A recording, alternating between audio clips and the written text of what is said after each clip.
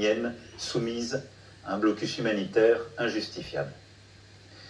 Je viens ici de rappeler tout ce que nous avons à faire et la gravité de la situation depuis cette nuit, mais ceci en aucun cas ne doit nous faire oublier Gaza.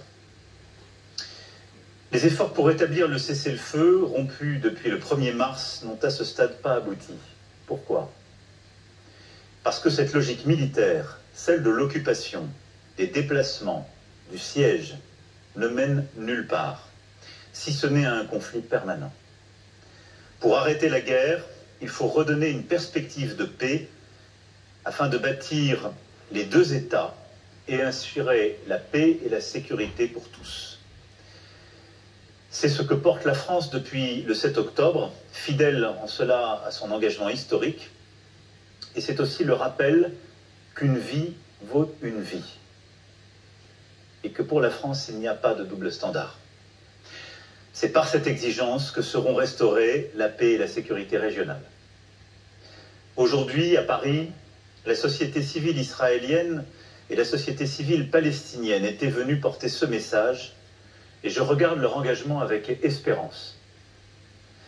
Elles se sont réunies au Conseil économique, social et environnemental et ont remis au ministre des Affaires étrangères un appel à l'action, l'appel de Paris, auquel je compte désormais donner suite.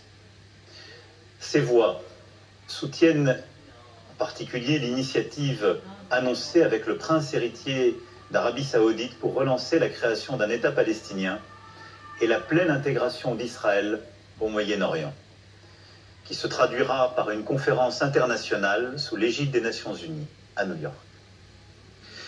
Les objectifs que nous poursuivons à travers cette conférence internationale co-organisée avec l'Arabie Saoudite sont les suivants. En premier lieu, sécuriser la libération des otages et permettre l'arrivée dans la bande de Gaza d'une aide humanitaire massive. Ensuite, consolider le cessez-le-feu le plus durable possible. Troisièmement, enclencher un processus politique qui se substitue aux armes et qui permette d'obtenir une réforme de l'autorité palestinienne et la mise en place d'une administration sous l'autorité palestinienne dans la bande de Gaza, excluant le Hamas qui doit être désarmé.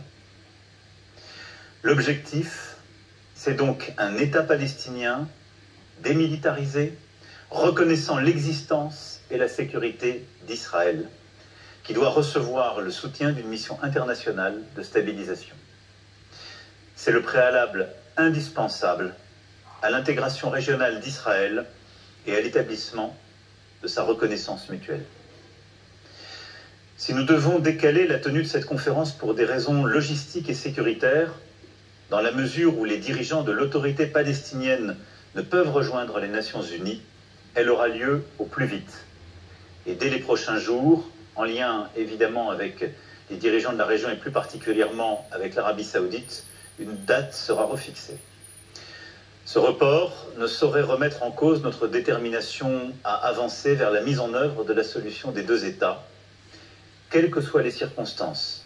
J'ai dit ma détermination à reconnaître l'État de Palestine. Elle est entière et c'est une décision souveraine.